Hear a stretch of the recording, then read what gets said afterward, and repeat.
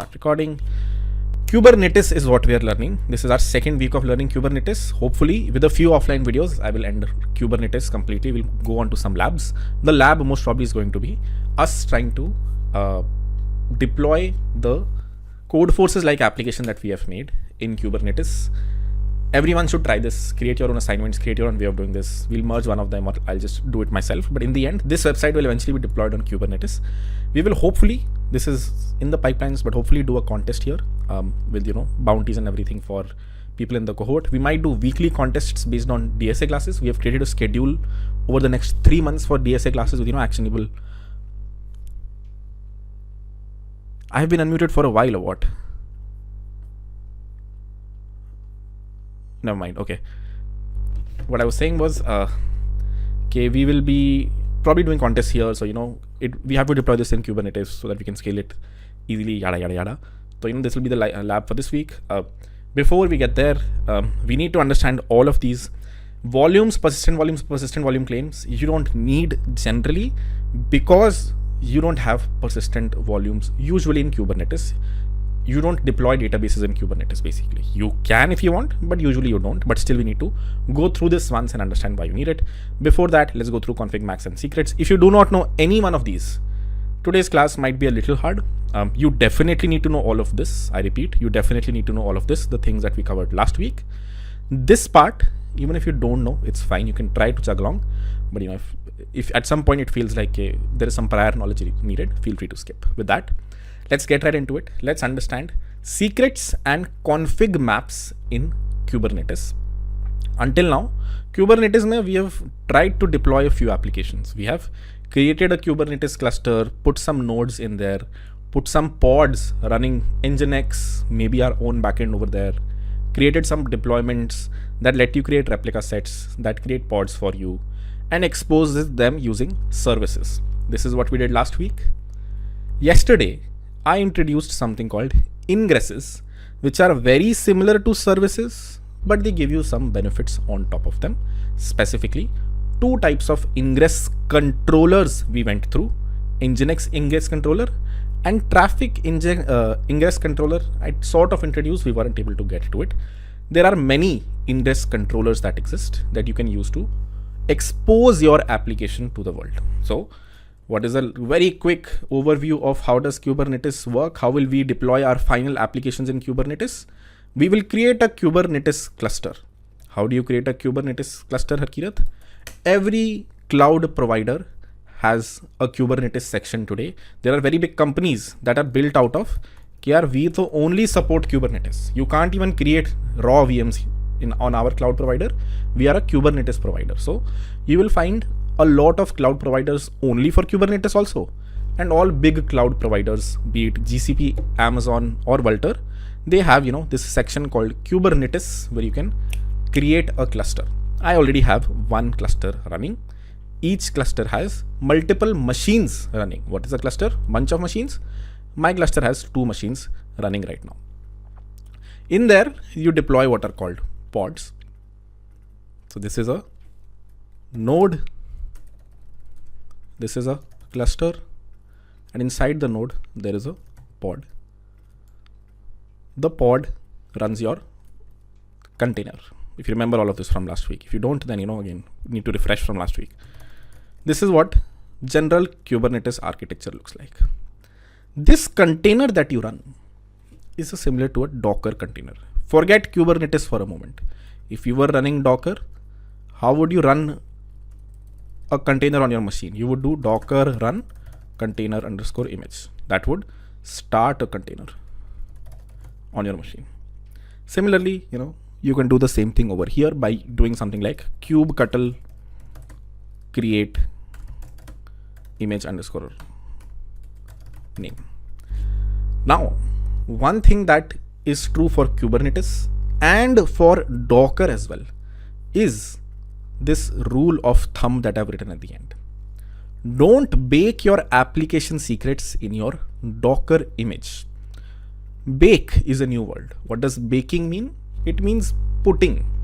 Whenever you are creating a Docker image, if you have ever written a Docker file, let me open a very quick simple Node.js application.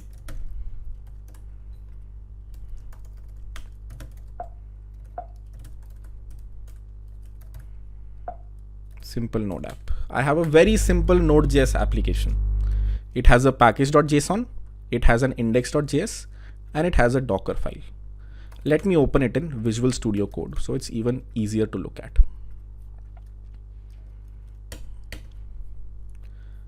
We have an index.js file. Ignore what this does. Assume this is an Express application.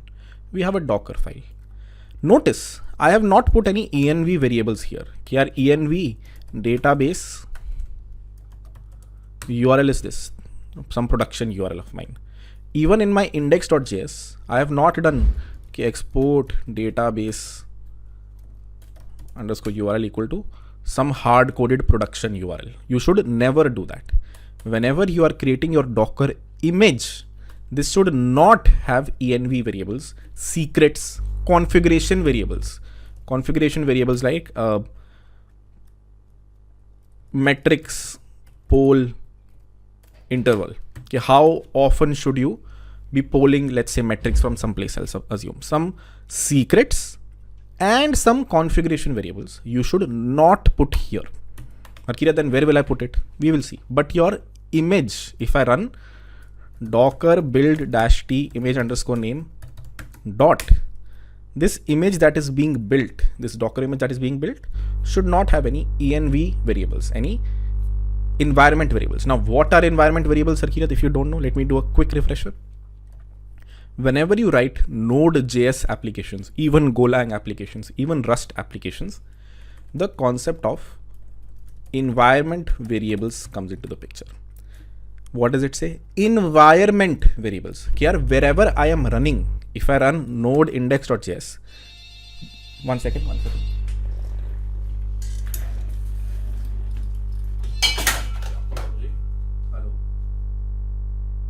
Tell me. Yeah. Sorry, I have a meeting. Can we call it 2 hours? I have a meeting right now. Can we call it 2 hours?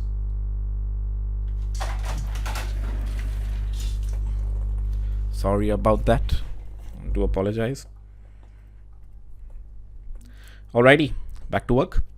Environment variables state here whichever environment you're starting your application in. For example, I did node index.js. What is this environment? Does it give me some variables? For example, I can write something like this: database URL equal to my production URL. Put actual production URL here, postgres :/admin : password @ some real prod.db.100xdevs.com/db. My environment is telling this is the database variable. This is my environment variable. Wherever I'm starting this is one variable I am pushing to the application. You are running in my environment. I am telling you database URL is this. If I run this code with the right thing over here, it starts to run index.js normally. But if I log process .env.database underscore URL, you will notice postgres : //admin, whatever I had passed in gets logged over here. So what are environment variables? Okay, whoever is starting your application, they can put in some environment variables up front. Okay, whoever is starting, this is the environment you are running in. You can have multiple environment variables. For example, redis underscore URL. And it's a good idea. कि यार जो भी start कर रहा है ना, whoever is starting this application, just give me let me know the environment where I'm running in. So this is how you can inject environment variables to a Node.js application. Similar concept exists in Golang, Rust as well. Another way to set these environment variables is export database underscore whatever URL equal to postgres underscore 1, let's say. Now in this session, database URL is set to postgres underscore 1 as an environment variable. Now if I run node index.js, postgres underscore 1 gets locked over here. So throughout, if I run a Golang process now, that Golang process will also get an environment variable called database URL with this set as the value. So what are we learning over here? Here, whenever you are starting any application, if there is an image, a Docker image that has been pushed, that you are running either in your Kubernetes cluster or you are running in your EC2 machine, you should be injecting these environment variables. You should be passing in these environment variables. It should not be hard coded in your Docker image. I should not have done, const database URL equal to some hard coded string. No. What should I have done? I should have done, database URL will come from somewhere. And if it doesn't come, if not database URL, then just panic. Just say, please give me a database URL. Only then will I run. So this is the concept of environment variables. What are we trying to learn from environment variables? This rule of thumb, whatever secrets and configuration parameters your index.js, even your index.ts, whatever application you're creating needs, whoever is starting it needs to pass it in. For example, let's move to an example next. Let's say you're trying to run a simple Node.js application. Ignore everything else. Just focus on this much code. A simple Express application. Let me open this in Visual Studio Code and quickly share what it does. Let me create a fresh folder. You don't have to do this locally. Week 28 class 2. I'm going to open this in Visual Studio Code.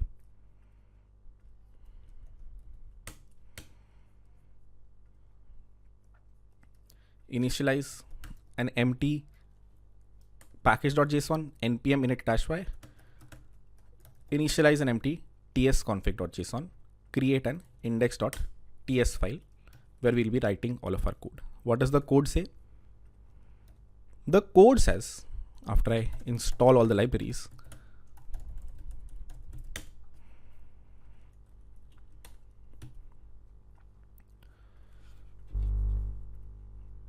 there we go. The code says, I'm going to initialize an Express app. Anytime someone hits the / endpoint, I will show them all the environment variables that exist on this specific Node.js process.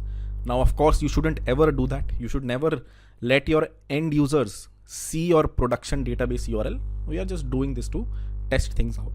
See, this is how things work. If I do tsc-b to compile the code, it creates index.js for me. If I do node index.js, it starts to listen on localhost :3000.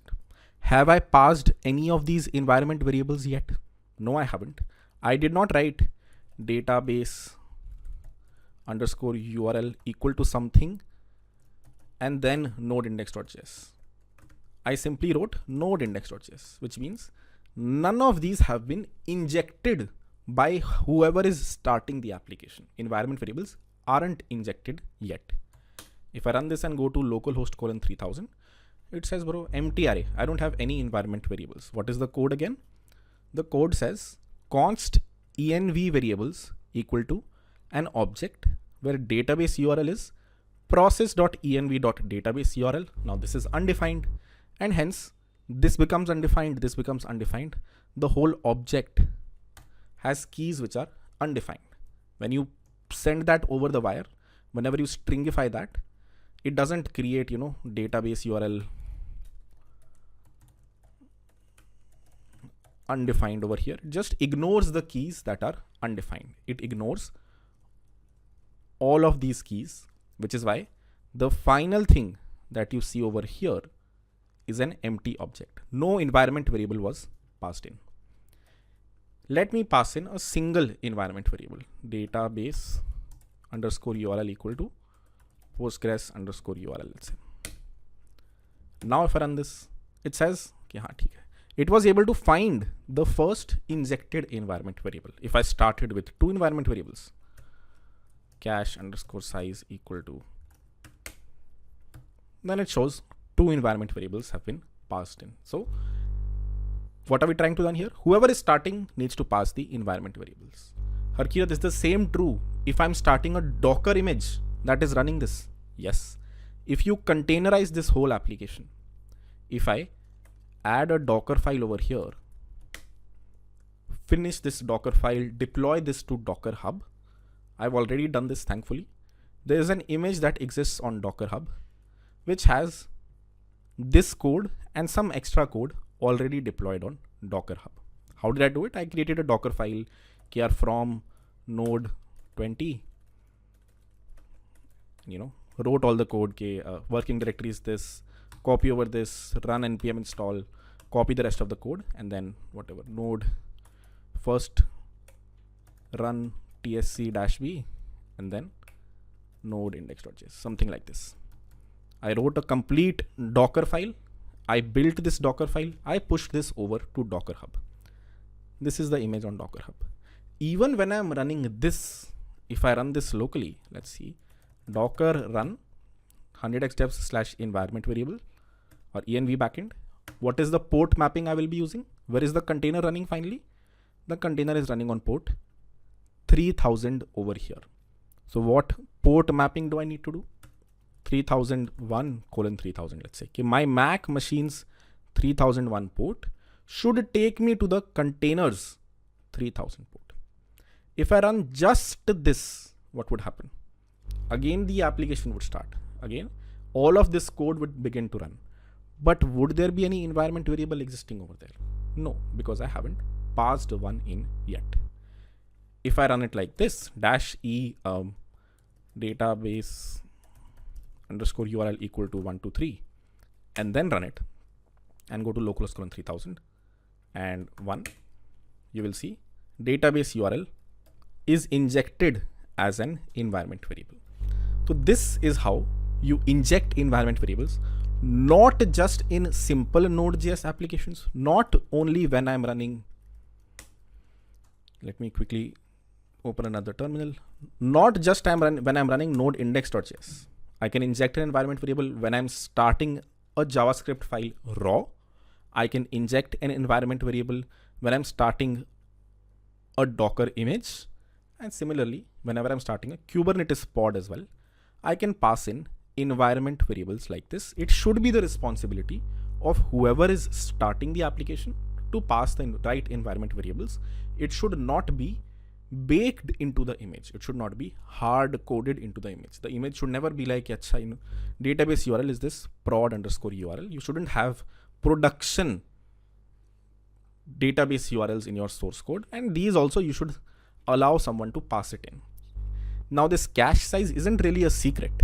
You don't have to hide it from the world. You can have it in your source code. But here also, you should first take it from the environment variable. If it doesn't exist, then you can hard code it to something else. Same for payment gateway URL. This URL isn't a secret.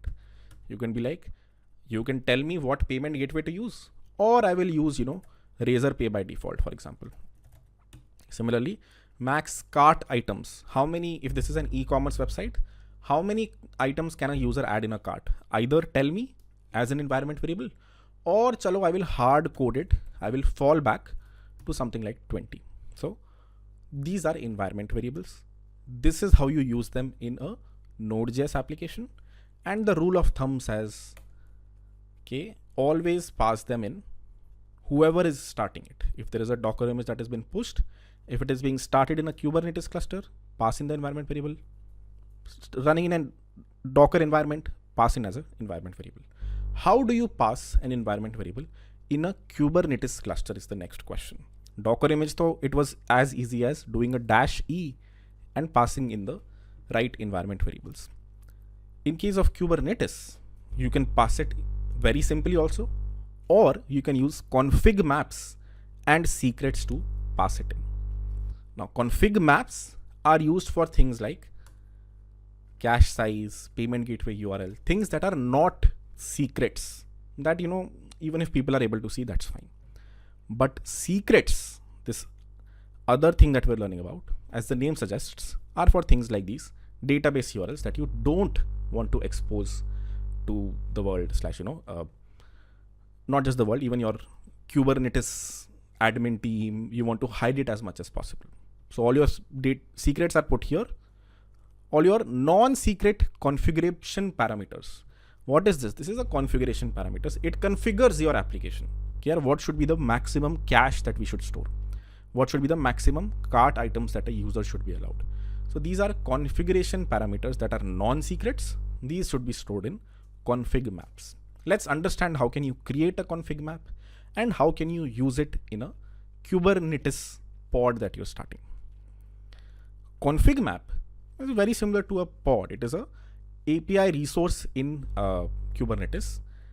It was introduced in the first version of Kubernetes, and it's as simple as writing this manifest file. Okay, I'm trying to create a config map. The name for my config map is this, and these are the things that I'm storing in there. I'm storing a bunch of key value pairs. Database URL is this thing, cache size is 1000, so on and so forth.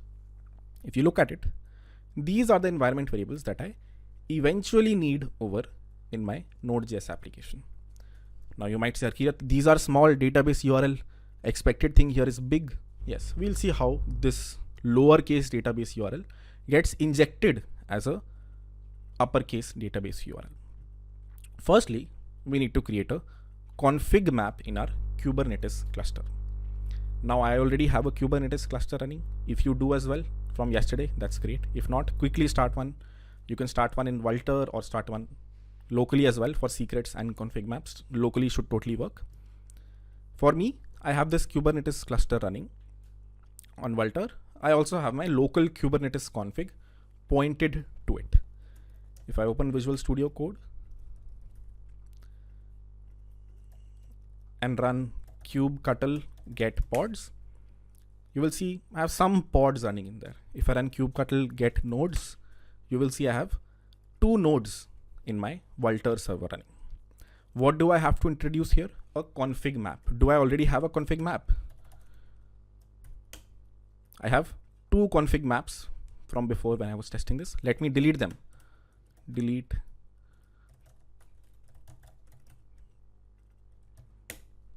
This one you should keep, don't delete this one. But you know, ecom backend config is the same one that we'll be introducing very soon. So I just got rid of it on my side. You will probably not even see it on your machine. So if you now do kubectl get config map, I have one standard one that do not delete, and then we'll be introducing more config maps over here. How do you introduce it? Let's create a manifest file, call it cm.yml. Can you do it without a manifest file? Can I run kubectl create config map? Yes, you can do it directly using a CLI. But again, a good idea is to always create manifest files from them and apply those manifest files. How do you create a config map? API version is v1. What I'm trying to create is a config map. I'm not trying to create a pod. I'm not trying to create a deployment. What am I trying to create? A config map. This is the name for my config map. I'm running it in the default namespace. If I don't give any namespace, it starts in the default namespace. And this is the data I want to store over here.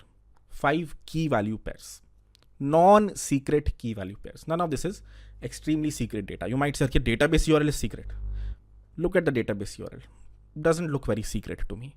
Halkiyat, why is this not secret? It should be some production URL. Thankfully, no. When you are using Kubernetes, everything is in your cluster, right? You have a small Kubernetes cluster or a big one, which is running Postgres somewhere. This Postgres is not exposed over the world. You haven't created a service that exposes it. So your container might be able to find this Postgres simply by doing something like this. Okay, ecom-db might point to this specific Postgres cluster. This might be a service that is only exposed internally. That is why you don't need a production neon-db URL over here, for example. Even this might work. If you do need a production neon-db URL that's outside the cluster, then of course we wouldn't store it here. We wouldn't store it in plain text. We will store it in a secret. But let's assume this database URL is non-secret for now. Or also feel free to get rid of it if you feel like, nahin, I don't want to store it here. It's a secret and not a config map. If I apply this kubectl apply -f cm.yaml, it says config map has been created. If I do kubectl get config map, it says one new config map has been created. It has 5 entries. If I try to describe it, it shows me the 5. What is the command that I ran? Kubectl describe config map, the name of the config map, this one right here, the name that I passed over here, and it shows me yeah, you have a database URL that is like this, max cart items that are like this, so on and so forth. Now the question is, how do I inject these as environment variables in my Kubernetes cluster, in my Kubernetes pod that I'm starting? What pod do I need to start? What image does that pod need to run? It needs to run this image, right? 100x dev / env backend, the one that I was running locally. Now I want to run inside Kubernetes. I was running it inside Docker before. Now I want to run in my Kubernetes cluster. So how can I do that? I will have to create either a deployment or a pod, doesn't matter, you can choose either. Let's create a deployment. Let's see if we have one here. We do. This deployment is sort of important, even though it looks very big, it's actually not that big. It says create a deployment. Where was deployment introduced? In the apps /v1 version of Kubernetes. This is the name of my deployment. It should start one pod finally. I can of course increase this to 2, 3, whatever. Whatever it is starting will have app set to ecom-website. This is how it knows it owns a specific pod. That is what selectors do, if you remember from deployments. And lastly, the template of what to start. This one, as you can see, is really long. It says the thing that you are starting needs to start with these labels, app set to ecom backend. And this is the specification for it. It needs to start one container. I repeat, the specification says, okay, you have just one container. What is containers colon and then dash over here mean? It means start one container. If this feels complicated, we will convert this to JSON very soon, but bear with me for a second. It says start one container. This is the name of the container. This is the image it should start. This is the ports at which should be exposed where the application is running. And finally, these are the environment variables. The first environment variable is database URL with a capital D. It's in uppercase. The environment variable that I'm passing is database URL. And where can I get its value from? From a config map key reference, a reference to a config map. This is the name of the config map, and this is the exact key that I want to pull from there. That is what this first environment variable here represents. Here we had started a config map, right? If I open this cm.yaml file, I had created a config map with this name and these keys. This says here database URL is going to be an environment variable called database URL, which comes from config map key reference, a reference to an external config map. This is the name. This name is exactly the same as the name that appears over here. And then this is the key I want to pull from there. And similarly, cache size. Similarly, payment gateway URL, max cart items, and session timeout. This is how you write your very long deployment file. Are there cleaner ways? Yes, we will get to them when we reach secrets. But let's try to apply this. Let's see if it works. Let's see if it's able to inject environment variables. Then we'll do a quick poll to understand where we are at. If I apply this, kubectl apply -f deployment.yaml, it says deployment has been created. What does deployment do? It eventually starts pods. Let's see if pods are running. It started a e-commerce backend deployment pod. It's still not, it's still creating the container. Once it does, this should be running. What is the last thing I have to do to ensure it is working? I need to expose this. I have created a pod. I have created a pod which is running my 100x devs /env backend container, but I haven't exposed this yet. I need to either expose it as a node port or expose it as a load balancer. If you remember, there are 3 types of services: load balancer, cluster IP and then node port. I need to expose this in one of them so I can actually hit my Express server. So what is the next thing I will do? I will create a service so I can expose this specific application that's running on port 3000 over here. How can I create a service? Again, doesn't matter. Seems like we're using a node port service over here. You can also create a load balancer service, doesn't matter. Let's add a third file over here called service.yaml. This one will expose the pods that we are creating over here. What are we doing in deployment.yaml? We are simply starting a single container, a container that is running 100x devs/env backend. Now we are doing some complicating things and passing in a bunch of environment variables. But if I hide these environment variables, if I make this slightly smaller, more readable, what are we doing?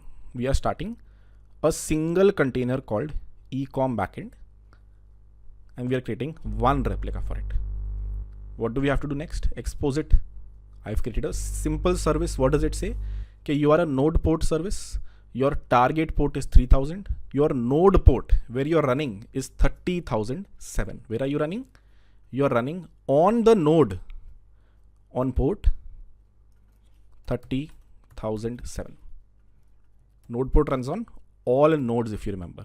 When you create a node port service, you can hit any of your nodes, doesn't matter. It will eventually reach this pod right here, this container right here. Let's try to apply this service.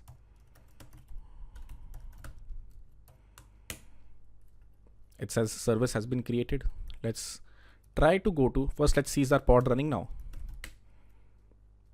Crash loop back off. Our pod is not running. I don't know why. Let's see. kubectl logs.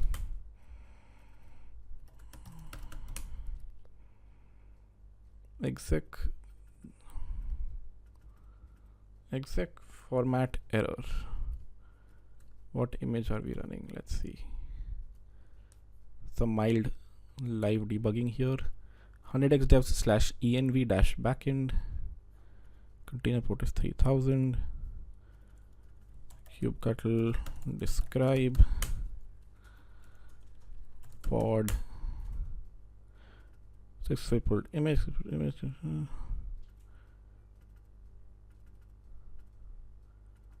Started container, created container, successfully pulled image. This is not working. Let's see why. kubectl get pod.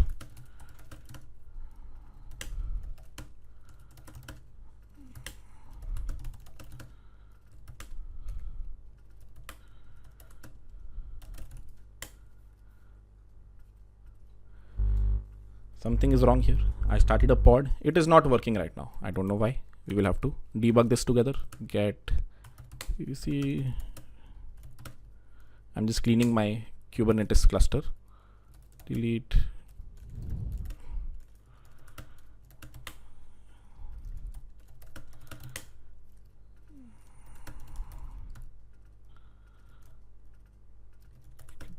kubectl delete pod. Alright, let's delete this pod. Our deployment will restart it. kubectl get pods. Status error. kubectl disk logs. Alright, docker point.sh and exec format error. Let's see if someone knows anything in chat. IG because of the capital in config map. I don't think so. Let's try to remove all the environment variables and see if that fixes it. Let's get rid of all the environment variables and see does that fix it. If we have a simple application now, let's apply this. kubectl apply -f deployment.yaml. kubectl get pods. No, even the new one that is started is erroring out. Something is up with this image of ours. Let's see. Yep. When did I push to this image last? Let's see. Maybe I pushed something here that broke it. Updated 1 day ago. No, this was done 1 day ago. If I run it using Docker, it does work. I had it running over here in Docker, but I don't think that should be a problem. Docker ps. Let me kill the Docker container that I have running. Let's try it now. Okay, now to have a very simple image. Now let me replace this with Nginx and see does that work. If I replace my image with Nginx and if that works, that means something is up with my image. That's why I usually debug. You know, just clean up the file a bit when you're not getting good logs. You know, clean up the file a bit and try to see when does the problem stop. Get pods. 8 seconds go running. So if I start Nginx, then though it starts to run. But if I start 100x devs /env -backend image,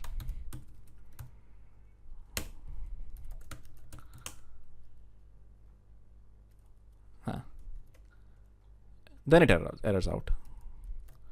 Kubectl describe pod. Let's see what is happening here. Scheduler assigned pulling image, successfully pulled image, created container, started container, successfully pulled image, backing off, restarting the failed container, econs backend pod, this thing.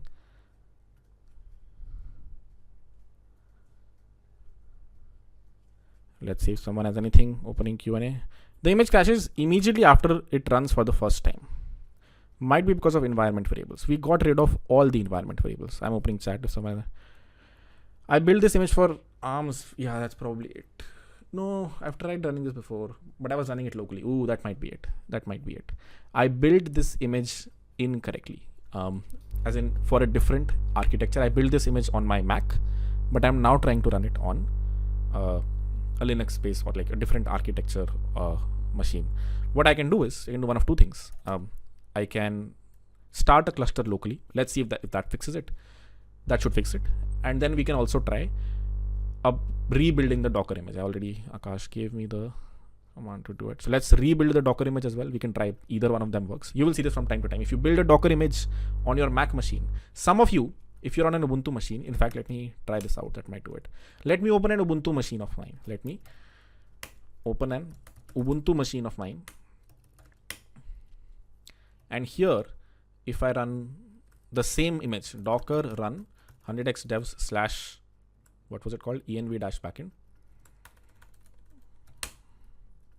Sudo docker run 100x devs / env -backend.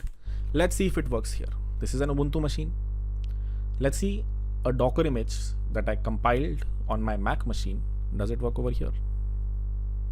There's a good chance it doesn't. And you know, that's the problem right there if that's the case. Then, you know,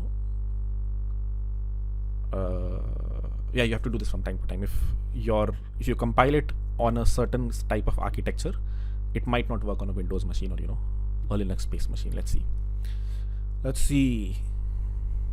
Download a new image for this thing. There we go. What does it say? The requested images platform Linux /ARMS 64/V8 does not match the detected host platform Linux /ARMS 64-V3. How can we fix? So this Docker image doesn't work on an Ubuntu machine as well. It's not like our cluster is wrong. It will work on a Mac machine, but it will not work on, you know, our Vultr machines which are running Linux. So how can you fix this? Number one, you can either, I can show to you locally, it will work on my Mac machine if I run it, or we can build the image correctly. So, you know, just Google this error.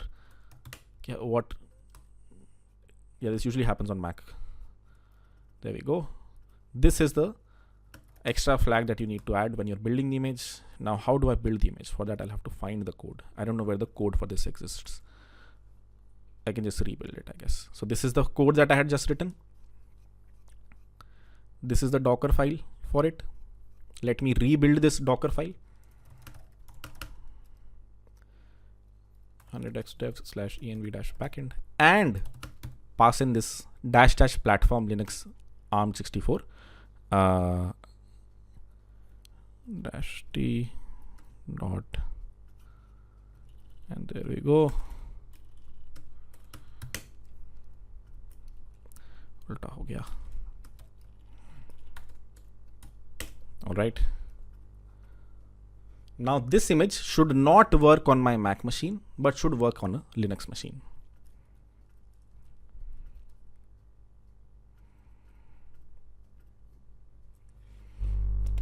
Yeah, this is probably it. Good in-class debugging session. Why did this happen for me right now? Why did it not happen before? Because when I was testing in the slides, I was running Kubernetes on my Mac. Then this image was coming on a Kubernetes cluster on my Mac. My Mac Docker was able to run it, but my Vultr Docker runtime is not able to run it. So that's why we're seeing an issue over here. While this happens, let's do a quick poll. Do we understand config maps? If it did work, let's say, if you were able to see it, do we understand what we were trying to learn over here, which was, okay, given any application, you can pass environment variables like this. All right, we do understand it. That is good. Let's see if it works. Hopefully should, as soon as it builds and pushes. While this is happening, let's quickly look at secrets as well. Then if we understand this, we should be able to understand secrets. Let's go back to the slides and let's go to the next one called secrets really quickly. Now secrets are almost the same as config maps, no different. How did we create a config map? We wrote something like this. How can you create a secret? The kind is going to be secret. And one extra thing that changes is you don't give the values as plain text. I repeat, you don't give values like this. You encode them in base 64. I repeat, base 64 encoding is popularly used when whatever text you are putting here, whatever text you are putting here can have binary data, can have some random gibberish strings that the YAML file might not be able to understand. Whenever you have binary data, zeros and ones, or special characters that your YAML file might just panic out of, what you can do is convert it into whatever text you have, even if it has special characters, convert it into base 64. Base 64 for sure will not have any special characters. It will only have ASCII characters, ABCD equal to the 1 to 255 things that you see on your keyboard. It will only have those characters. Why is that good? That is good because your YAML file won't panic when you're passing in this to a Kubernetes cluster. Eventually, you're sending an API request. This will just have simple characters from A to Z and the other things that exist in ASCII. What is ASCII? The things that you see on your keyboard, the 255 keys that exist in ASCII. That is the only extra thing you have to do. Everything else is exactly the same. Does doing this mean, Harkirat, that this is a secret? It is encrypted now? And the answer is no. This isn't done for any encryption. Converting it to base 64 doesn't give you anything extra when it comes to security. It's just, something you have to do, not for security purposes, but for, if there are special characters, they can be transmitted. Harkirat, why are there are not special characters in config maps? Because config maps usually have, integers, simple strings, but these guys, secrets, have, TLS certificates sometimes, your HTTPS certificates. Eventually, when we deploy this, our Kubernetes cluster and, attach an HTTPS certificate over there, that certificate might have special characters. And hence, here you have to first encode it to base 64. Everything else is exactly the same. Okay, you can, rather than doing a config map keyref, you can do a secret keyref and get it from a secret that exists somewhere else. Let's quickly do that. Before that, our Docker image failed. Run tsc-b failed. That is because, let's go to the Docker file. We can do run npx tsc-b. Also have to do npmi TypeScript and then build it again. While this is happening, along with our config map.yaml, let me revert this. Let me create a secret.yaml as well. Let's create a secret file where we're going to, a manifest file where we're going to define the secret that we're going to use eventually. Cannot read tsconfig. So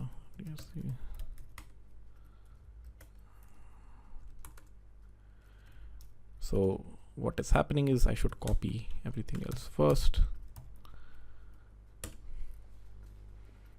Debugging live here. Let's see if this works now. secret.yaml mein, let's try to create a basic set of secrets. Let's go to, let's copy this over. This has the whole thing. Let's get rid of the pod. Secrets.yaml mein, notice I'm doing something weird. I'm not saying username is something. I'm not saying database underscore URL is something. I'm saying .env is something over here. That is surprising. Firstly, let's see what is this thing on the right. What does this base 64 encoded data look like when we decode it? I can go to this website, and you can do it locally as well. There are a bunch of ways to decode base 64. But if I go to base64decode.org and try to decode it, you will see it looks like a env file that we have seen in the past. If you go to any open source project, even if you go to CMS, you will see there's a top level .env file which has a bunch of key value pairs. This thing is equal to this, admin secret equal to this. So seems like when we are creating our secrets, we are trying to create this file now. We are not saying database underscore URL equal to something. You can do this as well. Let's keep it simple. Let's just do this. Database URL equal to, let's put a simple database URL here. Let me get a production one from neon.tech. Let's say I go to neon.tech, my database provider. I copy over some real database URL. Let's say this test database URL. Let me copy it. Paste it over here. This is my real production database URL for a database that I'm not using. Yes. If I encode this, so base64 encode.org, if I encode this, it gives me this, very long base64 encoded string. Feels like there's a lag, at least that feels like locally. All right, there we go. This is the database URL. I have created a secret. What did I create before? I created a config map. Let me remove the database URL from here. I'm going to get the database URL from my secret because, well, it is supposed to be a secret. It is a production database URL. If I now, okay, so it seems like this image is built now. Let me try to run this image locally.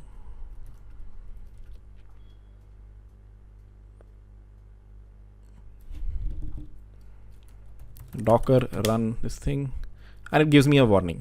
Okay, the requested image platform does not match your host platform. So seems like we should be fine. Let's try to push this to Docker Hub. And then let's try to pull this on my Ubuntu machine.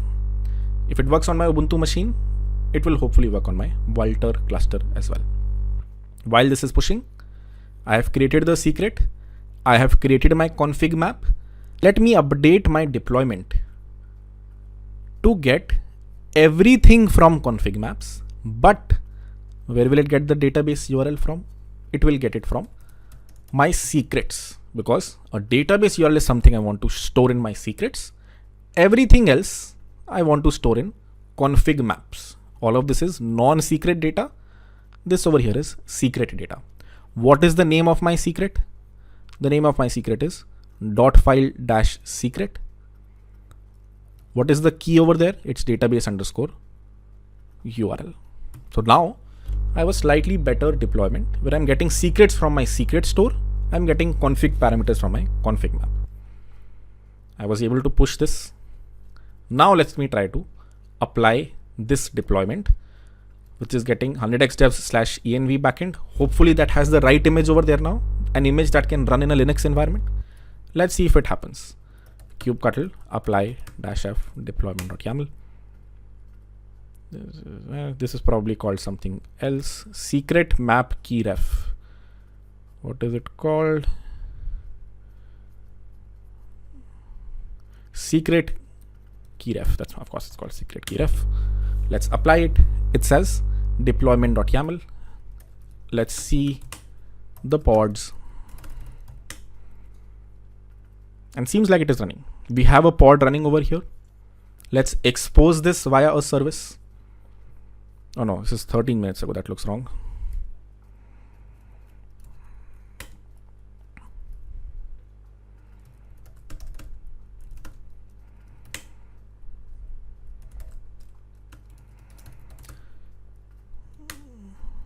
Oh, I have not yet applied the secret.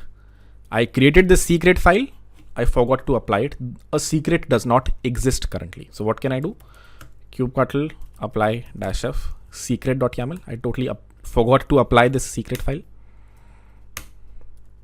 And now if I do kubectl get pods, let me reapply the deployment. Apply. I will recap everything very soon. Don't worry. Pods. Let me delete the pod that is crashing.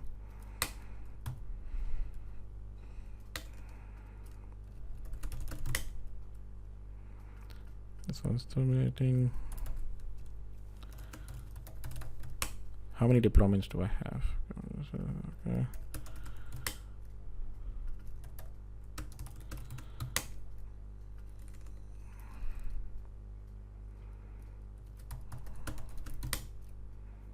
This is stuck in terminating now. Describe. Not found. All right, there we go. There we go. Started 35 seconds ago. Whew, that took a long time. And this thing is started. Okay, too many things happened. Yes, let me recap everything we did. Number one, let me push this code as well so you can try it out locally. But number one, we created this index.ts file which uses environment variables.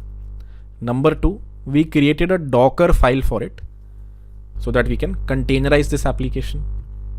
Simple Docker file that compiles the code and runs node index.js in node 20th version. Standard, I think this is straightforward. We've done Docker files a few times. Then I built this. But while I was building it, I did something extra. I gave -- platform Linux/AMD64 because this will eventually be running not in a Mac machine but a Linux based Ubuntu machine on Vultr, and hence I had to change this platform. Then I pushed this. I pushed this to 100x devs/env backend. Now I have my Docker image somewhere. I can use it to run it locally using Docker, or I can use it to run it in my Kubernetes cluster. How can I run it in my Kubernetes cluster? I have to create a deployment. Which says, here you are a deployment. This is your name. You are going to have one replica, one copy. This is how you match the pods that you are creating. This is your pod. This is how you know that you own them. And this is the template. You have to start a container called e-commerce backend. This is the image it will be starting. This is the port it will be exposing. And then I put a bunch of env variables here. The first one coming from a secrets store, the rest of them coming from config maps. Where have I created this secret and config maps? I created secrets in this secret.yaml file. I created config maps in this cm.yaml file. I'll push this to GitHub very soon. You can pull it and try to apply everything. And it should work on your Kubernetes cluster as well. The last thing I have to do is expose this so everyone can see it. So what do I say? Okay, the deployment ecom-backend or the final pods that have app set to ecom-backend, I'm going to expose them on port 30007 of my node, a node port. If I apply this, I have now exposed my application as well. If I go to Vultr and go to any one of my nodes, I repeat, what is the type of the service? Node port. It is not a load balancer. And hence, for this, I will have to go to any of my nodes. And if I go to port 30007 over there, it tells me that database URL era, this came from secrets, and everything else, where did this come from? These came from the config map. Can we do a quick poll? Do we understand config maps and secrets? There is one extra thing we need to understand, which is how you can mount them on volumes, but we're at time here because of the match. So before the match, do you understand config maps? Right. Cool, that's pretty good. Alrighty, well, that sounds great. Anything else? Let me give a brief. It's at 8, so I don't want to take your all time too much here, but let's see what's left. Config maps versus secrets, and some extra things on secrets specifically. How can you mount them? Basically this architecture I'll be explaining in the offline video. And then the offline videos this week will have, let's see, horizontal pod accelerated auto scaling, node auto scaling, and a lab that you have to solve. Also certificate management and resource management that got skipped, even volumes and process volume. Ooh, lot of things to do. So basically we were only able to do all of this live. I will try to cover a bunch of this offline, and then whatever we're not able to cover, I will see you guys next week for that. Let me open chat. I'm also happy to open the match on the side in case you guys want to. I don't know where it comes, but I'll just open chat. You guys can tell me. But the class is officially done, guys. We'll probably stop recording very soon. Happy to answer any questions or watch match. What do you guys want to do? Oh, match delayed. Does that mean can we extend the class? But what if there are, let's say, 20 env variables? Great question. How do I use them inside a normal Docker container in EC2 instance without writing large CLE file and storing it in an env file in EC2? Great question. So that's a good question. How do you inject a Docker file? Docker inject 20 a lot of env variables. So we can use we don't want that. How to pass? This is the only thing that came to my mind as well. But there you go. Dash env list dot env dash list. This should let you specify an environment file inside which you can describe everything. But let's say there are, okay, answer that. Auto scaling when? Hopefully in the auto scaling using Kubernetes, you mean, right? Hopefully in this upcoming offline videos or next week live, but we've delayed a bit, so let's try our best not to delay it anymore, and we'll try my best to cover it in offline videos. Please extend the class. I'm happy to do a poll. I can extend the class, would be good actually. Someone said matches postponed, so happy to. Should we extend the class, yes or no, guys? Should we do a little bit more, discuss a little bit about volumes and config volumes? Should we extend the class? All right, that is a yes. So let's discuss a little bit about one more thing then, now that you have the energy and the toss has been delayed or something. Let's discuss, one way to use config maps is this. Okay, you describe them all. But Harkirat, what if I want a single very long .env file to be created for me automatically? I repeat, what if I want I want to specify something like this, database underscore URL equal to something, and cache underscore time equal to 3, redis underscore URL equal to something like this. How can I take all of these secrets and put it in a .env file in my cluster?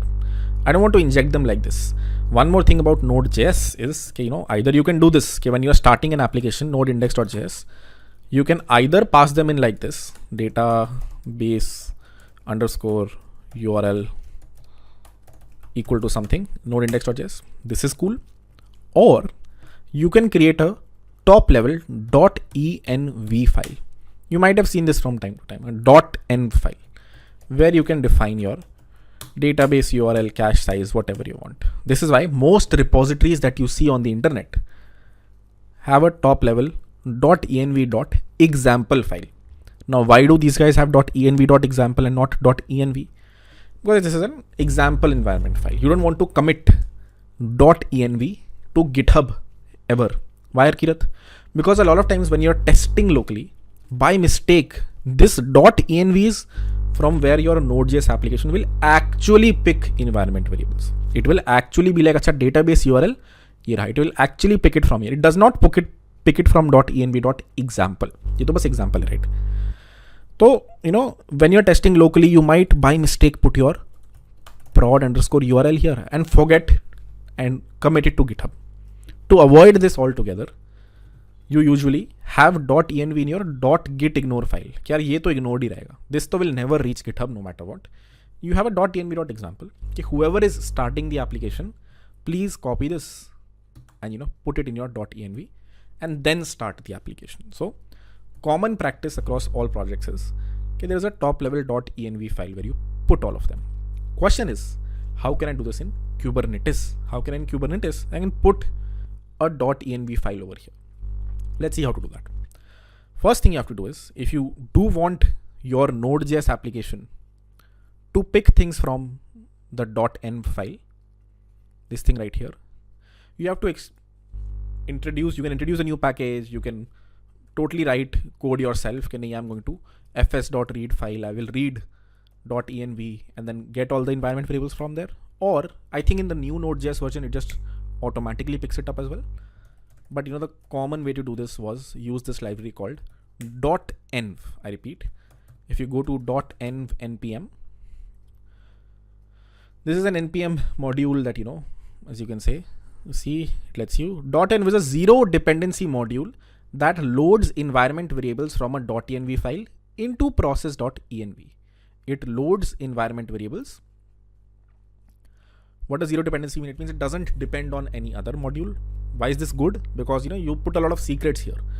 So this should be very well auditable. Here, whoever has written this library, they're not doing anything fishy, which is why it makes a lot of sense. This is a zero dependency module, which means it doesn't depend on any other packages. They've written it from scratch. What does it do? It parses this env file and puts all the environment variables in process.env. How can you use it? First, do an npm install.env. Let's do that. And then, at the top of your file, you have to do this. At the top of your index.ts, you have to write require.env.config. If you do this, then all of these environment variables will get picked up from where? They will get picked up from the top level .env file, this thing right here. Let's see if that works. Let's do a tsc-b node dist node index.js. Let's go to localhost 3000. And as you can see, this environment variable got picked from where? Got picked from the top level .env file over here. So we have now structured our environment variables a little better. We have said, rather than injecting them so bad, just create a top level .env file, and the Node.js application will pick all of them from the top level .env file. How does the Node.js application do that? Using this package called .env. Now that we have done this, let's see how can we put a env file, literally put a file in a specific folder on a Docker container, or in this case in a Kubernetes pod basically, or a Kubernetes container inside a pod. First thing I have to do is push this code over to Docker Hub. I need to make sure I don't push .env. As I said, you don't bake in your secrets in your image. So I need to make sure this doesn't get committed over to the Docker image. So I can either delete this, or I can add this to Docker ignore. So I can create a Docker ignore file where I will add .env, so that .env isn't pushed to Docker Hub. Why? The starting of the class I said, don't bake your secrets over to a Docker image. Let me build it. Again, the command that I will use to build it sets platform to Linux/EMD64. Then I will push it to Docker Hub. And then we'll see how can we replace this .env file with a .env file from our secrets.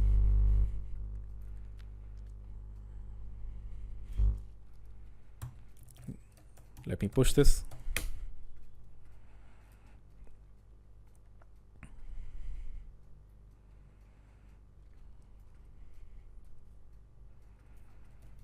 Meanwhile this happens, let me convert this into base 64, because I'm going to store all of these in my secrets. And whenever you're creating a secret, what do? You base 64 encode it first. This is the base 64 encoded form of these 5 lines over here. Let me replace this with something else so we know. Localhost in Kubernetes. So we finally know whether or not the right thing reached. So this is what I will encode now. This is the base 64 encoded version of it. Let me go over to my secrets.yaml and replace database URL with .env. What have I replaced database URL with? .env. Here, does this mean this will become a file? No, nothing like that yet. I can also name it env if needed. Dot is not needed over here. I've just added it. Doesn't matter if you had .env or env. It's the same thing. I have replaced the text to be a bunch of lines, base64 encoded. My Docker image has reached. What do I want now? I want that my deployment does not have so many environment variables. No. I don't need so many environment variables anymore. I want what's called a volume mount. Do we understand volume mounts from Docker a little bit? If you remember, if you ever want your host machine ka file, your host machine ki files, for example, this file, to reach a Docker container, we used to use something called bind mounts. Whenever we were starting MongoDB image locally, we used to use general volumes in Docker. These are two things we have done in Docker, and volumes have a very similar concept in Kubernetes as well. That was the other thing we were supposed to discuss today, but we won't be able to. But volumes let you, put files somewhere in your Docker container file. They let your Docker container, this, container that we're finally creating, this one right here, you can tell it कि यार ये volume यहाँ से उठा लेना. Please pick up a volume from a specific spot. Where do we want it to pick up a volume from? We want it to pick up this .env file and somehow put it in this Docker container. How do you do that? If you go to the slides, there is a section in secrets at the end, not even at the end, before only. What do we want to achieve, by the way? This is a good visual representation of this.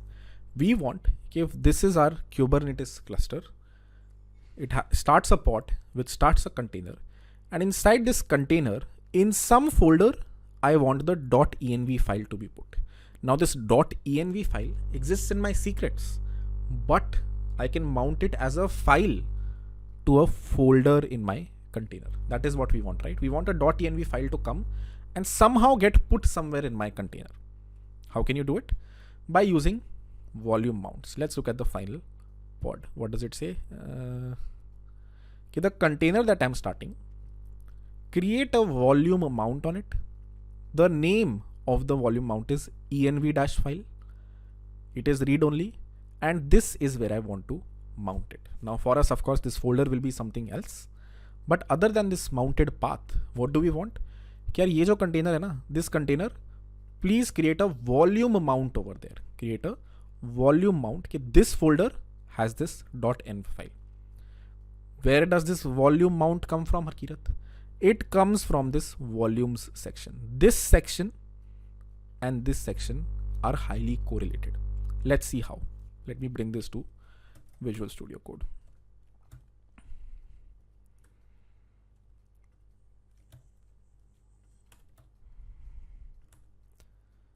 Volume mount. There we go. That looks right. We say, yaar ye jo the deployment that I'm starting, right? It has a bunch of volumes. We just have one right now, but I can add multiple volumes over here. What is this? Ignore everything here. Ignore the template over here. Ignore the pods that we are creating. Even before we create the pods, we tell the deployment here, you will have access to a few volumes. This is the first volume you will have access to. I might add more here as well. This first volume's name is env file. And where does it come from? It comes from a secret whose name is .env-secret. Where does this volume come from? I'm literally mounting a secret as a file. I'm saying that this specific deployment will have one volume right now. Where does the volume point? It points to the secret. Here, can I put something else here? Yes. We will eventually see you can put, better, if you've heard of NFS, not Need for Speed, networked file storages, elastic block storages, a bunch of places where you want to persist data eventually is also put here. Those are also volumes. But what is the volume we are dealing with right now? A very simple volume. A secret I want mounted as a file over here. So number one, I have to introduce that as volumes, which any of these pods can use. I'm just starting one container, but I can start multiple containers over here, right? This is an array. This is the first container that I'm starting. I can add another container after. All of these now have access to these volumes. Whatever they want, they can pick. So it's not necessary that I have to use this specific volume. It is available to me. I can create a mount for it. If I don't want, I will not create for it. So what is this volumes section? All the volumes that your containers can now access Now it depends on your containers. Do I want to mount a specific, .env file, or a specific folder on this container /etc/secret volume over to this secret? If yes, then it's fine. If not, then it's not fine. So you don't have to add a volume mount. Just because I added volumes over here doesn't mean my container will have access to it. Only if I tell कि यार ये जो env file वाला है ना, this env file one, you want to mount this, and this is where you want to mount this, only then will this volume come over here. Can we do a quick poll here? Do we sort of understand what is this volume mount section and what is this volumes section? This gives access to a bunch of volumes. We don't understand this. All right, let's try this one more time. What are you doing? If this is your node, you are going to start a pod. This pod is going to have one container of yours. What is this container that we are starting? We are starting the 100x devs /env backend container. We want this container, when you start, right? This container, when it starts, we want it to have a .env file over here. Do we understand this much? Okay, we want a .env file to automatically come over here. This exists in secrets. This exists outside in the Kubernetes secrets. I want to somehow mount one of my secrets as a .env file over here. How can I do that? I can, in my pod specification, or in this case, in my deployment specification, say, here I am creating a new volume.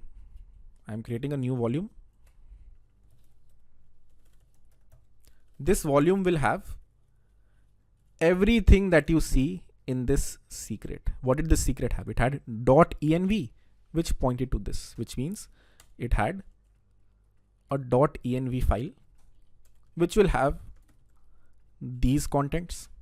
If I add another file here called .test and put some data here, then this volume that I'm creating will have .test as well. I'm not yet doing this. I'm just saying, whenever I'm creating a pod, whenever I'm writing this deployment, these are the volumes I want to access. I want to access a volume called env-file, which will have all of these secrets that I have written in this secret.yaml file. Now this only has one secret called .env. So this will get created as a file in this volume. I repeat, this will get created as a file over here. If I add another secret here called .test, if I add another file here called .env.test, then I will also see a .env.test file over here. When I, in my deployment, write this volume section, I don't even need containers. Nothing. I can just say, here, whatever pods I might start, whatever containers I might start, here is a logical volume I'm creating for them. What do I mean by logical volume? It doesn't really exist somewhere, but if any of the containers do want to use it, I repeat, if this container does want to mount a folder in here, a location in here, to get this file as well as this file, it can. If you want a folder in here to get access to this volume, then whenever you're writing the specification of that container, just add this volume mounts section. This /etc/secret volume, or in our case, what would this be? In our case, this would be, if I go to the Docker file, what was our base directory? /app. Where do I want .env to be put finally? In /app. So I will say, when this container starts, right? When this container starts, on the /app folder, please mount this specific volume. So that .env and .env.test both come to the /app folder. Do we understand this now? Are we trying to let's do another poll. This volume mounts section says कि यार ये जो env file वाला volume है ना, the volume that's called env file here, bring it to the /app folder. Okay, we understand it sort of. Now let's see, does that actually happen? Now I'm a little worried over here. Okay, when you create these volume mounts, it might completely overwrite our /app folder, which means it might get rid of all the contents that we have here. So we might have to change the application logic a bit. We might have to create a, env folder inside which we expect to keep this .env file. Let's see if that happens. My worry is, okay, when you literally mount to the same folder where all your source code also exists, it will just override everything. Let's see if that happens. Let's run. Given we have this new manifest now, I also updated the secrets. So let me first reapply the secrets. Apply -f secret.yaml. It says secrets has been configured. Now we have a new secret which has a .env field, and this is the data for it. And secondly, do I need config maps anymore? No, I can get rid of this. We are not using this anymore. So kubectl get cm, kubectl delete cm. This I can delete totally. Secrets.yaml has been updated and configured. Lastly, let's configure our deployment.yaml. Okay, you now have this specific container should now have on the /app path a .env file. Let's see if that actually happens. Apply -f deployment.yaml. I need to delete it and reapply. Get deployment.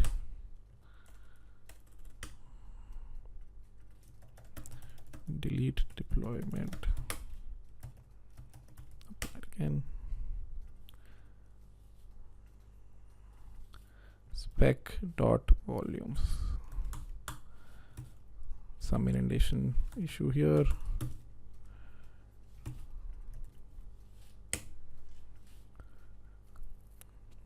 Why is it coming in spec? It should be coming in the template.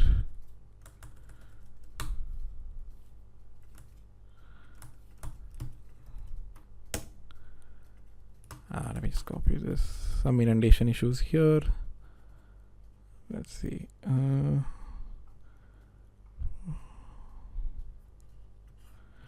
Containers and volume should be at the same level. Oh, okay, my bad. There we go. Much better.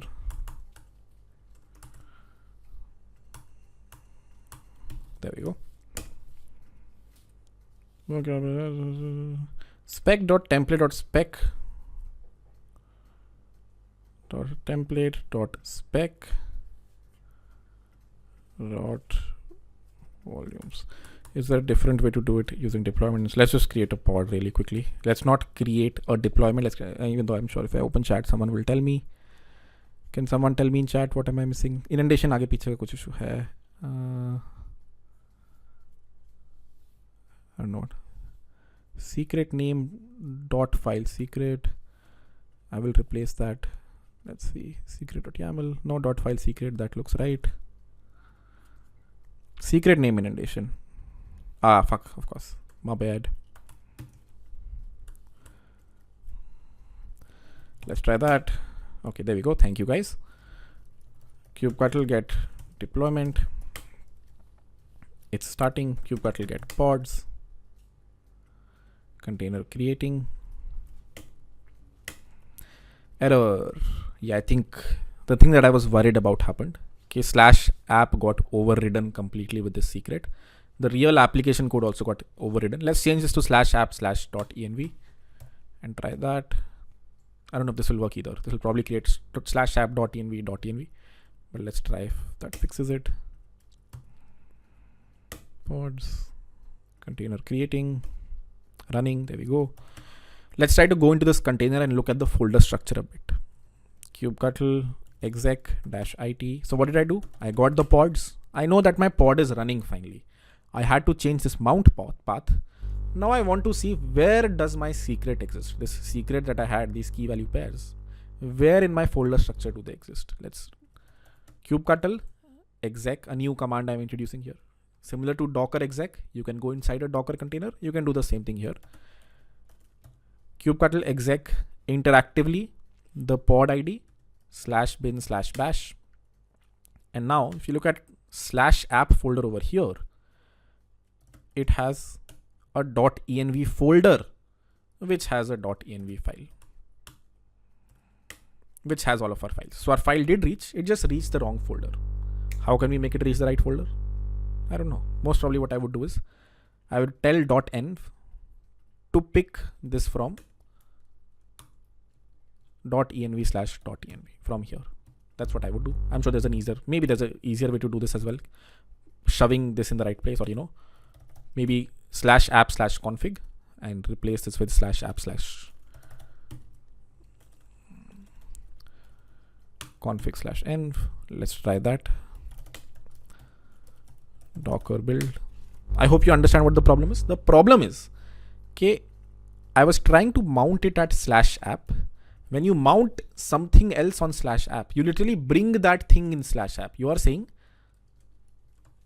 यार the .env file जो है ना, take over my /app folder completely. So that would get rid of your actual source code that was there. Our /app folder had this index.js file, package.json file. It got rid of all of that. It deleted all of that. We don't want that. And hence, you don't want to mount on the root folder or your actual source code folder. You can create a subfolder where you can mount. But if your .env exists in /app/config, you also have to tell this .env config, here you have to pick the .env file from here. If I now push this Docker image, which will take some time, I would assume. While this is happening, let's see, is this actually right? If I create a config folder here, and if I put the .env over there, and then rebuild, or whatever, tsc-b, node/. If I open this, I do see the environment variables picked from the config/.env folder. So I've updated this to pick things from config/.env. In my deployment.yaml also, this is where I'm mounting the .env file now. So now, if I reapply let me delete the deployment.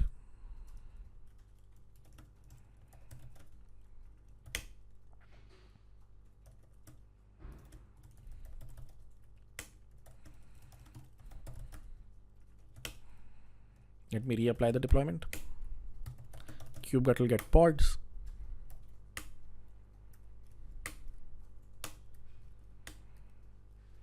It's running. Let me go inside the pod. exec-id/bin/bash. Let me go to the config folder. Let me do a cat.env, and I see my environment variables as a file over here. Where does all of this data exist? This exists in a secret, in a Kubernetes secret. I created a secret.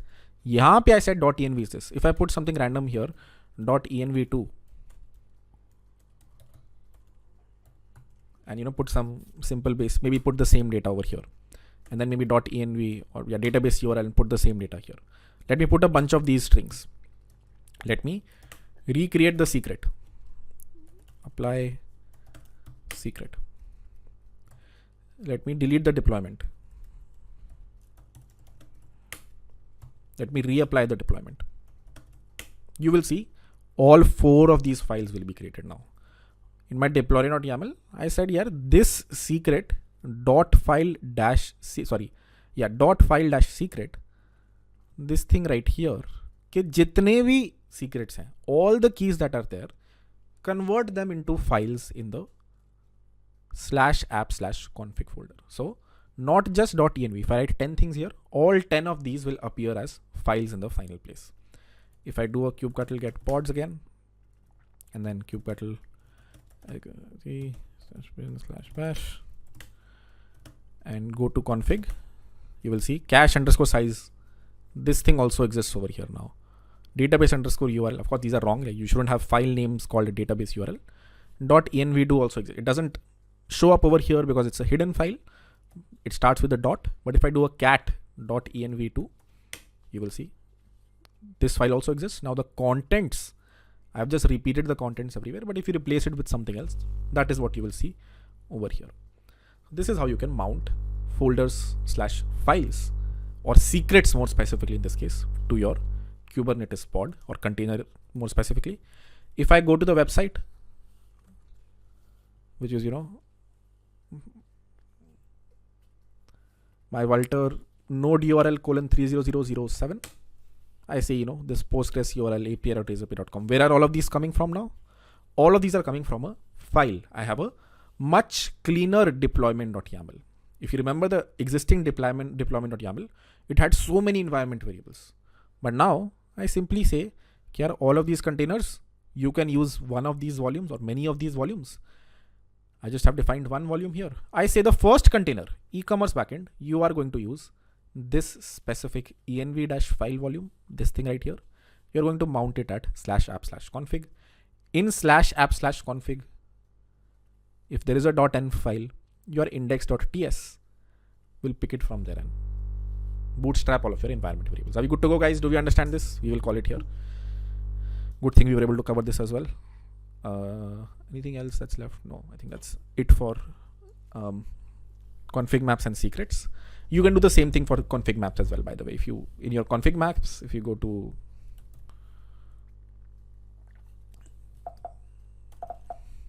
okay, and I'll take questions, but like 88% is great. You can, whenever you're creating config maps, you can also have, .env, a very long file over here. And this is how you can write multi-file keys. You can write just strings, or you can write multi-file keys. And when you write multi-line keys, you can also mount this. If you know, okay, something is it's not a secret, it's simple stuff. You can also have this file written over here, and rather than mounting a secret in deployment.yaml, you can also mount a config map. You'll have to look at the syntax, but something along the same lines. You can mount a bunch of files from not just a secret, but also from a config map over to your final container. That's it for today, guys. We were able to cover volumes and config maps and secrets completely. We also introduced volumes a bit. Tomorrow, or in an offline video, basically, we'll deep dive into volumes. This is one way to create volumes, which is also a decent way and very popularly used way. But in the real world, you need proper big volumes, not like some secret mounted somewhere. So how can you create those volumes, and how are they different from the volumes that we had created? The various types of volumes that exist in Kubernetes, ephemeral volumes and persistent volumes, is something we'll most probably cover in a offline video. I'll call it here. If the match has started, happy to open it here. And any questions related to the class, let's look at them first. Let's see, open chat.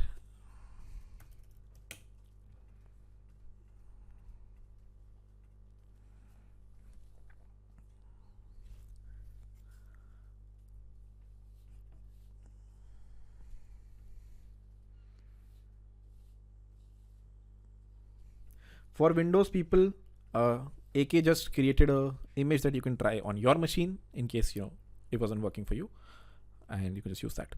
Quick recap of secret maps. What do you mean config maps or secrets? One of the two. What's a secret map? Sir, just let me know which one. I have to recap.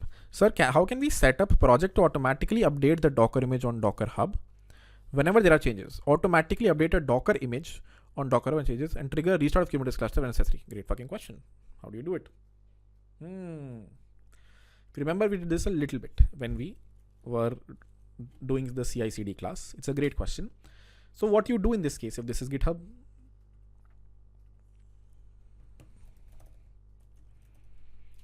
this is your commit that came to the master branch. You first push your thing to Docker Hub. A new image is pushed to Docker Hub, but it is tagged usually with a commit ID. You write something like this: Docker push 100x devs / whatever env-backend : some hash 1, 2, 4. And usually this hash, these 5, 6 characters, is the hash of the commit. I repeat, if I go to CMS, every commit that you see here has a hash, right? It has, if you can see, an 8873A90. This is a small 7-letter hash of this specific commit. Every commit has one. So when you're pushing to Docker Hub, how was I pushing right now? I was pushing Docker push env backend. When you push it like this, it is the same as pushing it like this. Okay, yaar, I want to update the latest tag over there. But if I do this, Docker push env backend colon, let's say, 873A9, then what I'm pushing now,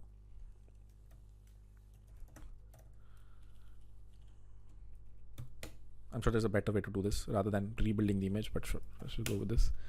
When I'm building the image also, I've tagged it as 887A9 whatever. And when I'm pushing it, I'm tagging it as not latest. I'm not doing Docker push 100x dev / env backend. I'm doing Docker push this thing colon this thing. What is this thing? It is a tag of my image. After this push has succeeded, I just need to update my deployment.yaml. The image that you're pulling now is going to be .env backend colon 8873A9.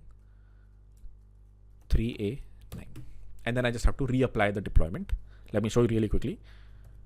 Docker, kubectl apply -yaml. I changed something I shouldn't have. Unknown field volume. There you go. This shouldn't be config map. This should be the right thing. Secret. Just figure that out.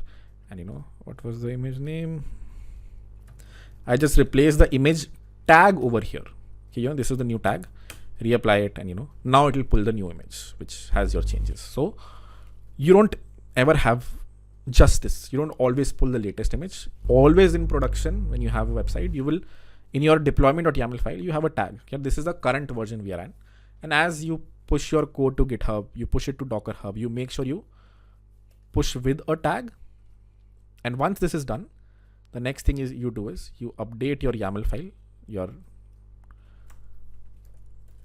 update deployment.yaml, and then you reapply this. You do a kubectl apply whatever, and then that will just automatically create a new pod, pull the new image there, then downscale the old pod.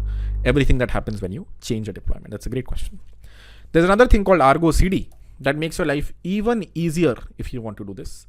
You can create a separate repository. I repeat, you can create a separate repository, let's say, CMS-ops or CMS-K8s, where you can put all of your manifests. You can put all of these deployment files, and all you have to do, I repeat, all you have to do is,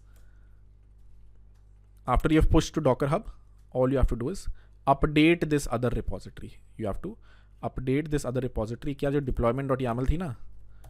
You just have to update the image tag over there to be 100x devs / env-backend colon the new hash that you've created. You just have to update the image there. Kubectl apply happens automatically. That's what sort of Argo CD lets you do. And that way all you have to do is just, you have, number one, you have a very nice history of all of your images that were created over the past. Your YAML files are well committed, and you have the log of all of the commits that have happened. And secondly, you don't have to manually call kubectl apply. Someone else does it for you. So, yeah, that's a brief of how this happens when you're doing it in production. Sir, how can we set up a project? Okay, answered that. How to find companies to contribute to looked around Google? There are a lot of open source companies. Let me give you one. There is an open source Loom alternative. Recently, there is someone who open source Replit as well. These are two good projects I would at least start to look at. There aren't too many, but very easy to find if you just look around a little bit.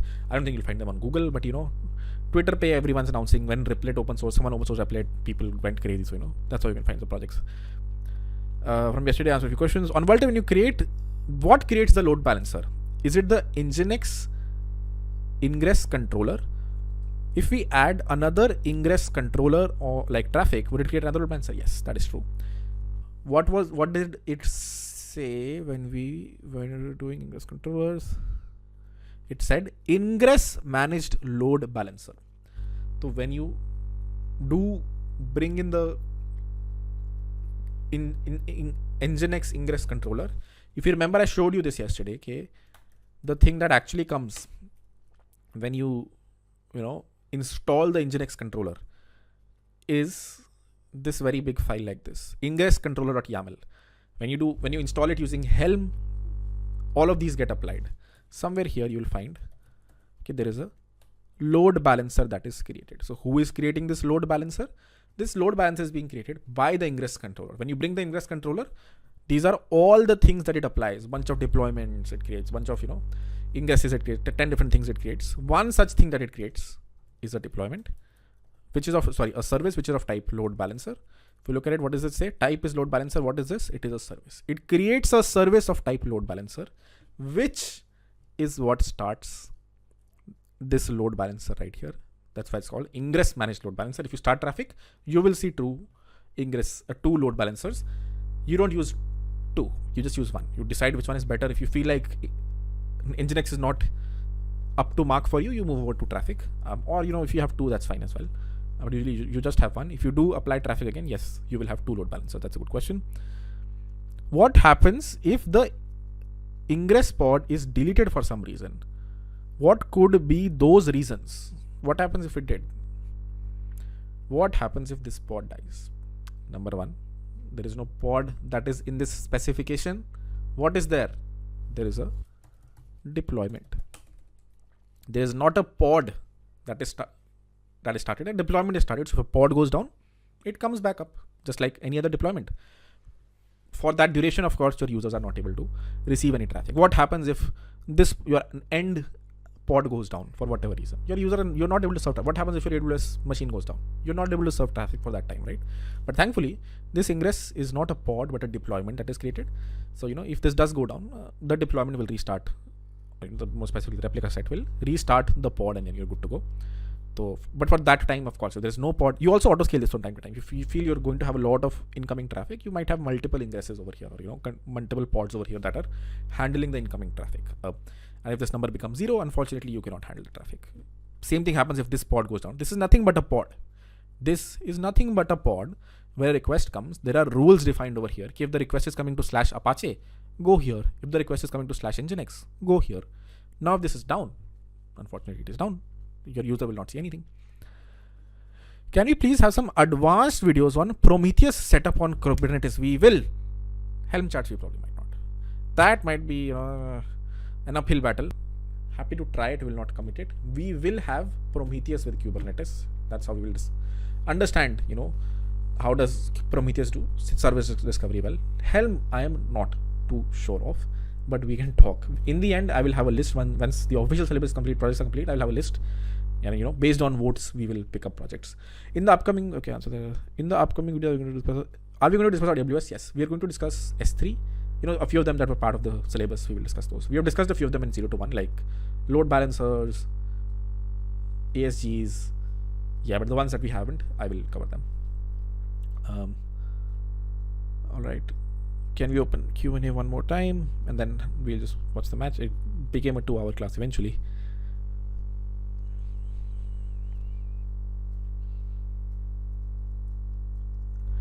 All right. For J result, CAPTCHA is still there, but for need, they have commented the CAPTCHA's only format is being sent. So need token and form data. Javed, I thought for J also they weren't using. I basically used the same CAPTCHA twice. They might be sending it, but most probably they're not using it. Either way, this looks great. So can you let's meet after the call, and I have to go after the call. But do you have my number? Message me on WhatsApp. Let's do this, a little more aggressively, because okay. AK will take care. Let's try to scrape as much as possible. You'll need a bunch of application numbers basically to brute force on, but date of birth, as you said, you can just there's probably a limit on how many you have to. You just have to check for people who were born from 2004 to 2006 or something like that, right? So should be fine. Let's run this before they add a captcha. Do we have secrets and config maps specific for Kubernetes, or it can be a simple Node.js application deployed on AWS Docker, YAML.not.env? No, there is no concept of secrets and config maps for simple Node.js application. There's just a .env or /environment variable concept that exists for simple Node.js applications. Secrets and config maps are a Kubernetes specific concept. For React and Next.js, also there is the concept of environment variables. Now React is heavily client side. So you don't put any environment variables on client side. You don't want to put a database URL there, right? So wahan pe, it's a little weird how to do environment variables. You can still do it, but those are usually not secrets. Your front end doesn't have any secrets, right? If this is my website, I don't have my database URL somewhere here. It's in the backend somewhere. So they're not used very often. They're like config variables. Okay, what is my backend URL? What would my environmental file look like for a React project? Something like this. Okay, backend underscore, not database, URL equal to api.100xdevs.com. For a Next.js application, of course, there'd be database URL, whatever, because Next.js runs both on front end and backends. But yeah, that's a brief. .envs is a language independent concept. Environment variables exist in Golang, React, Node, Rust, every language. How does Kubernetes use Docker to create containers, or they have implemented their own logic? Great question. Itna smart bhi nahi hai bhai Kubernetes. Kubernetes is highly dependent on container runtimes. The thing finally runs in on the Docker runtime as well. It does not have its own implementation of running containers. Kubernetes is an orchestrator. It will orchestrate your Docker containers. It will orchestrate your container containers. You can use various container runtimes, but it's not running it themselves. It is using those runtimes and running it over there. If on my machine I have Kubernetes but not Docker, it will not work. It will not be able to start the Docker images because there is no Docker runtime to run it in. When we use Kubernetes, is it necessary to put our code on Docker Hub? No. There are other container registries. For example, Amazon has its own container registry. If you go to Vultr, you will see a section here called Container Registry. This is like Docker Hub. This is your private container registry. Whatever you push over here, no one in the world can see. So, every cloud provider has their own. And Docker Hub is the most popular one. Wahan pe you can create, if your question is, can I create private repositories? The answer is yes. You don't necessarily have to have all of your repositories be public. But if it's like a private or public, doesn't matter. Are there other registries? Yes. Every cloud provider has their own registries. You can deploy it over here. You can do something like Docker push vultr.com/my container /100xdevs/ whatever env-backend. So yeah, there are a lot of container registries. Also, as I said, Docker isn't the only container runtime. If you use a different container runtime, you will use their registries. How can you pull the secrets from any secret manager when created secret YAML for Kubernetes? How can you create? So your question is, how do you sync your secrets to a secrets manager? We'll have to do that in another video. I've never tried it. I've always put secrets in a Kubernetes cluster. You can do that. You can put it in like your cloud vaults, but have never done it. I'm sure it's easier to do though. However, we pass the secrets to pods. If we can connect to the pods and do echo, you can. Yes. You have to have rules to make sure your developers cannot get into the pods, but that is true everywhere. Doesn't matter if you're not using Kubernetes and you have secrets in a vault, let's say, but your developer has access to your AWS machine, what will you do? They will go in there and do a cat on the source code files / look at the environment variables. They can do it. So you have to make sure you restrict. You have to make sure, okay, I have full access on kubectl right now.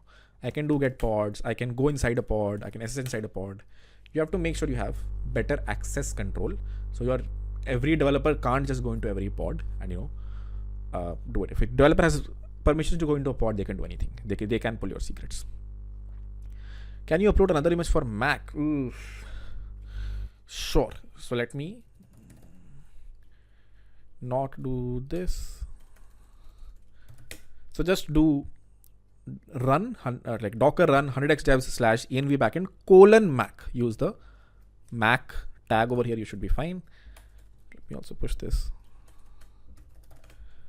There we go. What else? I do vim into the env file in the pod and update it, but it shows the following error: v not found. Yes. Try what is the other one? Nano. Try Nano. Vim is not. You can make your container have Vim if you want, but the scratch image that we're using does not have Vim. So that's not a Kubernetes thing. Even if you did a Docker exec, you will not be able to see Vim over there, but I think Nano works. Let me try quickly for you. Kubectl get pods, kubectl exec-it /bin/bash, and then let's do a v. V does not exist. Let's do a nano. Oh, nano does not exist either. Then you have to just change the Docker image. Unfortunately, just change the base image to be Ubuntu, or a different image which does have access to Vim. Let's see. CLI text. You can do something like that. If you want to change it, do something like this: echo hi there, and then pipe it to .env. Yeah, maybe try doing that. There you go. Okay, run this, and that should be able to pipe your input to the .env file. If you just want to change the contents, it won't do anything. Depends on how .env, probably won't do anything. I don't think if you change the .env, unless you restart the Node.js process, I don't think it'll pick up the new environment variables. But yeah, this is how you can do it. We will have lectures on Kafka, offline or live, I don't know, but we will, of course. Part of the syllabus. I can't skip the syllabus. Why are we using Kubernetes? Is it necessary to put our code on Docker Hub? When we're using nodes, as I said, you can put it in multiple places. How to hide secrets? Yes. So you can't hide secrets in Kubernetes. They are decodable. They're also not encrypted when stored, wherever they're stored. They're very similar to config maps. But Kubernetes lets you store them in various vaults. How does that happen is something someone asked. I'll probably create a video on it. But when you store it in a vault is when you cannot have access to it. Other than that, unfortunately, they're plain text unencrypted base 64. You can always decode them. How can we? Okay, answered that. Quick question. I built and pushed the image to this thing from my Mac. Does Windows Linux user pull and run? Does anyone on? Can someone try? Feel free to for J result. Okay, last set of questions, guys, and we'll call it. Has the match started? Hotstar. I don't have any subscription whatsoever, so yeah, match has started. It seems though. 1.6 CR. That is a lot. Sorry, I meant secrets. And is dot file secret in volume section a predefined value? No. Good question. This comes from where? That's the name of my secret, right? If I name this to be ASD, then I need to write ASD over here. It is. If I do kubectl get secrets, my secret is called .env-secret, which is why I had to put .env-secret over here. तो मैं रह गया masters के लिए और इधर lay off हो गया. चलो आप तो मास्टर्स जाने वाले थे. Either ways you would have left. I would have assumed you would have left either way, right? Can you please tell me the J thing once? Oh, just scrape J results. We used to do it back in college. Get all of the results for all the people, just for fun. Nothing. Yeah, just to see if the websites are still,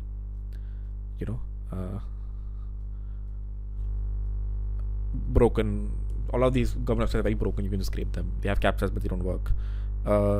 You told yesterday about secret management cloud. Yes. Let me see. Let's go back here. Let's go to the slides. If you go to secrets, you will see it says Kubernetes secrets are by default stored unencrypted in the API server's underlying data store, etcd. Where are they stored? In etcd. Are they encrypted? No, they are not. Anyone with API access can retrieve or modify a secret, and so can anyone with access to etcd. Additionally, anyone who is authorized to create a pod in a namespace can use access to it and read any secret in that namespace. This includes indirect access, such as the ability to create a deployment. If you can create a pod, if you can get into this, you can read it. In order to safely use secrets, at least one of these following steps should be done. Enable encryption at rest. This is the easy way to do it. And then, consider using external secret providers, which, are things like these. AWS has a provider. I don't know what this word provider is, but yeah, you get the idea. You need to do something extra to make sure a secret is actually a secret, and, other developers in your team cannot access them. Okay, what is this everyone's using these days? Create a config manager. Okay. That is also great to do. US Visa key website. That's also, a lot of people do it. There are plugins that do it, so I'm sure there's, a very easy way to figure out if there's a US Visa slot that came out. All right, guys, let's call it. I don't have Hotstar subscription. Else we would have watched a match. What score is it? I don't want to pay right now. As in, wow, 2.1 CR people. That's a lot of scale. Test भी नहीं देते क्या ये लोग? Akash, do you have it? Do you want to share screen? Do you have access to? Oh, whoopsie daisy, what happened? Oh, do you have access to? Is Akash on the call? Match? Do you want to watch the match for 5 minutes? Yeah. Can you screen share? Oh, delayed. Cool, guys. Any other questions? Feel free to ask. I'll probably call it soon. I have to go out, but no access to screen share. Let's see. Multiple. Try now. Delayed match में 16 CR. 1.6 CR. Yeah. No subscription, boss. Alrighty. Well, hard luck. Well, I'm not sharing screen. I can quickly buy. I have to log in. My phone is dead. Hard luck, guys. We will free on mobile. I don't have mobile. Well, I mean, have mobile. How will you guys see? And my phone is not charged. That's the problem in the first place. Well, I guess we're on our own here, guys. Thank you for joining. This was fun. Even though we didn't cover volumes, but yeah, I can cover that offline. Any other questions before we call it? 3 more minutes. Can you show a diagram of how Terraform, Kubernetes, GitHub, cloud provider interact in the best practice format? Oof. That's why I love Geo. Okay. Quickly, let me show it. So excellent draw. This is your GitHub repository. Inside your GitHub repository, you have a folder called ops, which means operations. I don't know what it's OPSEC. I have no idea. This has a Terraform folder. This has a Kubernetes folder. A lot of time this has a Helm folder as well, but let's not go there. It will have a TF folder, which means a bunch of your Terraform files and a Kubernetes folder. What will your Terraform folder have? It will have a bunch of, s3.yaml. How do I want to start S3 in this AWS account? Compute.yaml or, whatever, EC2. I don't think it's YAML. I have no idea. Totally forgot. This did a while back. It has all of your files to create a bunch of things in your cloud. If this is your AWS, there are a bunch of files that you write here, and then you run, TF apply, which will actually start, let's say, 5 EC2 machines here and create an S3 bucket for you, so on and so forth. Then you have a Kubernetes folder, which has a folder called deployments, has a folder called services, yada, yada, yada. Where also, you have a bunch of YAML files, for example, service1.yaml or whatever, backend.yaml, and then maybe frontend.yaml, so on and so forth. And this is how your, folder structure looks like. Now, for the very first time, only once do you have to run this Terraform apply. Or if you go from one AWS provider to another AWS provider, or if you increase the number of instances that you have, decrease the number of, you have to add a new S3 bucket, whatever, then you reapply Terraform, or if you move from one AWS account to another. But these deployments and services that you have, these change very often. And every time they change, you reapply them, most probably on every commit.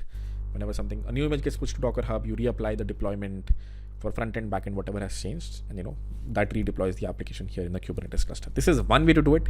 The Argo CD approach, where you have another repository,